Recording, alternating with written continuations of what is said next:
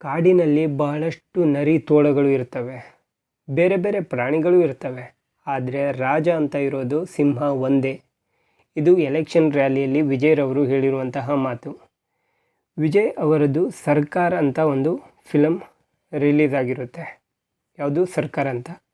ಅದರಲ್ಲಿ ಇವರು ಓಟನ್ನು ಬೇರೆಯವರು ಕಳ್ಳು ಓಟಾಗಿ ಹಾಕಿರ್ತಾರೆ.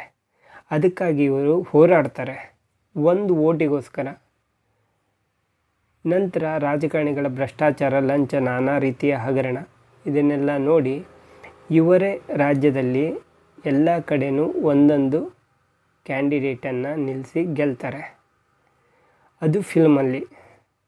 ಪಶ್ಚಿಮ ಬಂಗಾಳದಲ್ಲಿ ರಾಜಕಾರಣಿಗಳು ಹಿಂಸೆಯನ್ನು ಪ್ರಚೋದನೆಕಾರಿಯಾಗಿ ಬಳಸ್ಕೊಂಡು ಭಾಷಣವನ್ನು ಮಾಡ್ತಾರೆ.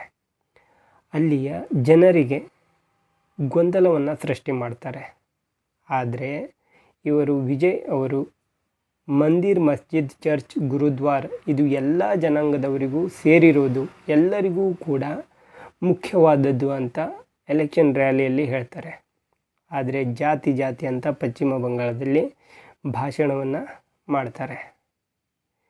ತಮಿಳುನಾಡಲ್ಲಿ ಎಲ್ಲರಿಗೂ ಒಳ್ಳೆಯದನ್ನು ಬಯಸಿ ಇವರು ಗೆದ್ದಿದ್ದಾರೆ. ಯಾರು? ವಿಜಯ್ ಅವರು. ಈಗ ರೀಸೆಂಟಾಗಿ ಜನನಾಯಕ ಅಂತ ಒಂದು ಫಿಲಮ್ ಟ್ರೇಲರ್ ರಿಲೀಸ್ ಆಗಿರುತ್ತೆ. ಈ ಫಿಲಮನ್ನು ರಿಲೀಸ್ ಮಾಡೋಕ್ಕೆ ಕೊಟ್ಟಿರಲ್ಲ, ಆದರೆ ರಿಯಲ್ಲಾಗಿ ಜನರೇ ಇವರನ್ನು ಈಗ ಆಯ್ಕೆ ಮಾಡಿದ್ದಾರೆ. ಯುವಕರು ಅತಿ ಹೆಚ್ಚಿನ ಸಂಖ್ಯೆಯಲ್ಲಿ ಇವರು ಗೆಲ್ಲೋದಕ್ಕೆ ಕಾರಣರಾಗಿದ್ದಾರೆ.